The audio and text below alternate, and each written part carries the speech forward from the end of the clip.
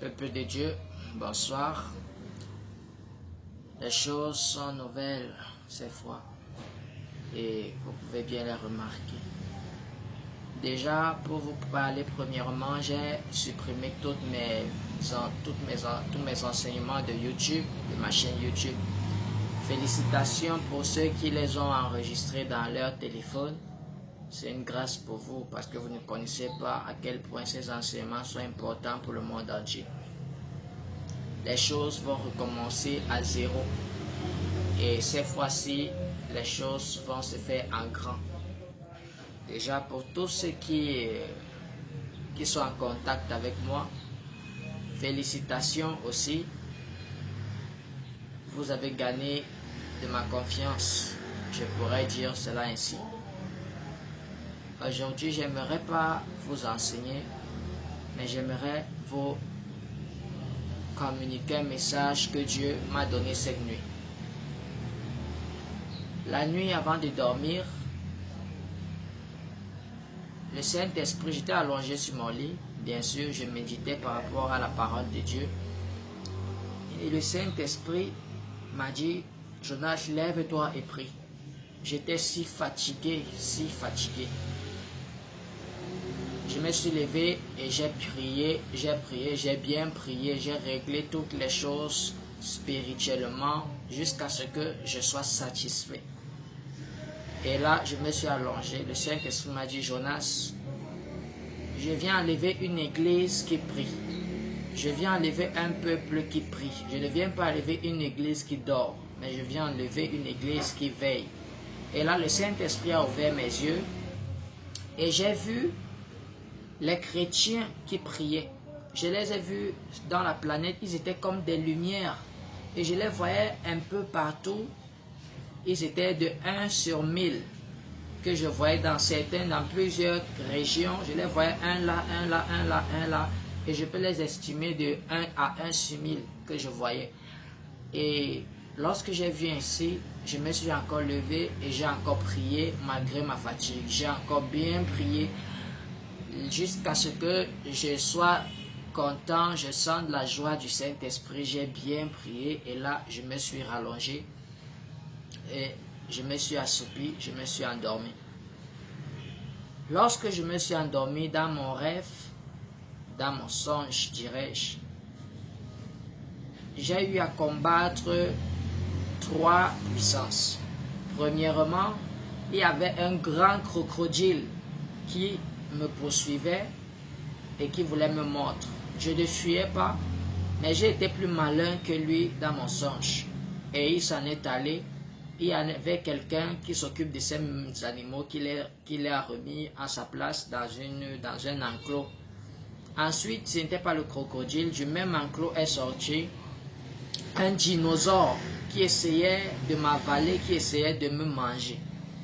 J'ai été aussi plus malin que lui, je l'ai jonglé de part et d'autre et il n'a pas pu m'avoir. Et lorsque celui qui s'occupe de ces animaux s'est rendu compte, il l'a remis dans l'enclos. Troisièmement, c'était un grand dragon qui est venu pour m'attaquer et il m'a envoyé le feu, mais son feu ne me pénétrait pas. J'avais comme un bouclier qui bloquait ce feu de m'atteindre. Et là, lorsque le dragon s'est rendu compte que j'avais le bouclier et qu'il ne m'atteignait pas, il s'en est allé. Et soudainement, je marche, je me retrouve dans une salle de classe avec plusieurs de mes frères en Christ. Et je me rends compte que la plupart de mes frères en Christ sont dans des débats. Et ils sont en train de causer, les garçons et les filles. Ils parlent et ils sont en train de dire, bon, je vois que d'autres étaient en train de parler au sujet des projets d'argent. D'autres étaient en train de parler de mariage. D'autres étaient en train de parler des sujets terrestres, quoi. Et là, je me suis approché de deux frères dans la salle. Je connaissais principalement un frère.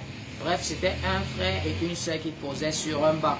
Et je me suis approché, je les ai interrompus dans leur causerie. Je leur ai dit, parlons de l'enlèvement.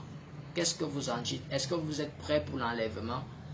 Et là, mon frère que je connais très bien s'appelle Eric. Il est à Douala. Nous étions dans la même église, Mont Sinaï. Et il me dit, il faut d'abord nous laisser avec ces choses de l'enlèvement, ce n'est pas maintenant et tout et tout. Je leur ai dit, non, l'enlèvement c'est maintenant, il faut que vous soyez prêts.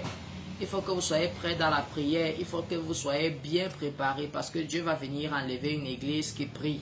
Il faut que vous soyez préparés, il s'est fâché. Et je leur ai raconté l'histoire, beaucoup d'entre vous connaissent cette histoire. Je leur ai raconté cette histoire de cette femme qui est dans sa voiture. Après, elle ne fait jamais d'arrêt pour prendre des gens sur le chemin. Et là, elle a vu un homme qu'elle a pris dans la voiture et qui lui disait, les trompettes sont déjà à la bouche. Les trompettes sont déjà à la bouche. Et là, je leur ai raconté cette histoire, mais Dieu me faisait voir dans la vision, dans le rêve, il me faisait voir en vision ce qu'ils pensaient de ce que je leur disais. Ils pensaient que c'était juste une femme qui avait plusieurs personnes dans la voiture. Bref, ils déformaient l'information que je leur donnais en pensée. Et lorsque j'ai vu ça, j'étais vraiment attristé. Et là, je prêchais l'enlèvement, je prêchais le royaume des cieux. Et je m'efforçais à dire à tout un chacun, répentez-vous parce que l'enlèvement est déjà là. Et subitement, je me suis retrouvé quelque part, je marchais dans une ville que je fais taire le nom. Je marchais et là, j'étais en train de réfléchir, mais que signifie les trompettes? La trompette est déjà à la bouche. Mais qu'est-ce que ça signifie? Soudainement, dans le ciel, je vois une lumière comme quelqu'un lumineux qui descend en flèche oblique, c'est-à-dire comme ça, qui descend rapidement et je vois, il descend. Je regarde attentivement et je vois que c'est un ange. Et j'étais surpris.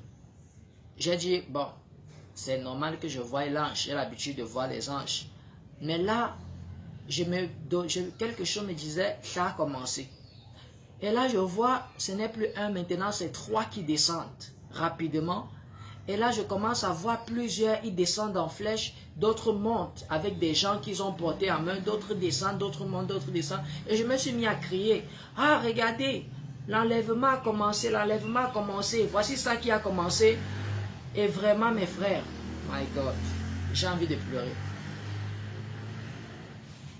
C'était très merveilleux. Et c'était, les anges se sont mis à descendre et à monter en plusieurs masses. C'était partout. Les gens descendaient, les gens regardaient dans le ciel, les anges descendaient de partout.